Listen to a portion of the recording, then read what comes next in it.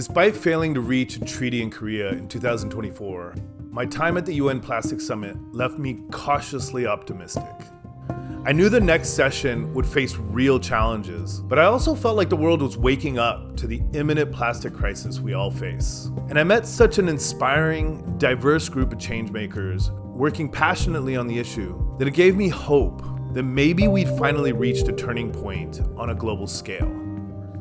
INC 5.2 in Geneva this summer 2025 was supposed to be that turning point.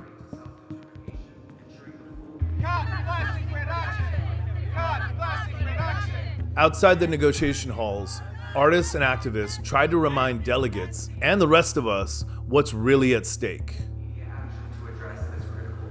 But after 2 weeks of tense negotiations, world leaders walked away without a treaty yet again. No deal, no roadmap, just more delays in the face of a looming crisis. So if the global system can't move fast enough, where do we turn for solutions? The science is clear. Plastic is poisoning our ecosystems, our health, and our future. And while a treaty is critical, waiting for global consensus is no longer enough. When we're thinking about the plastics pollution problem, it's sometimes really hard to wrap our heads around because it's so complex. We are trying to think about how to solve the plastics crisis, but sometimes in isolation of other UN goals. And when you start to show where that intersects with the plastics crisis, the solutions become a little clearer.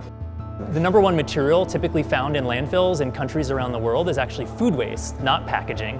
And when that food goes to landfills, it emits methane, which is a really potent greenhouse gas, even more potent than carbon dioxide, so has a huge climate impact. One of the hardest things about getting that food out of landfills is that it's wrapped in plastic. If you can redesign those food contact items to accompany the food to a compost facility, you start to unravel this web of this system of plastics problem.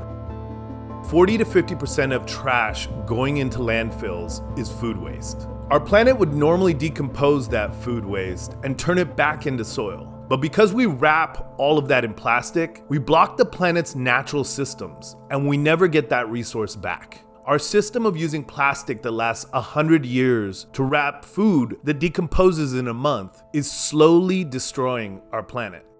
That's the solution they're working to fix. And that's where the conversation must go, to real, scalable solutions that can actually reduce plastic at the source and that we can implement in our communities.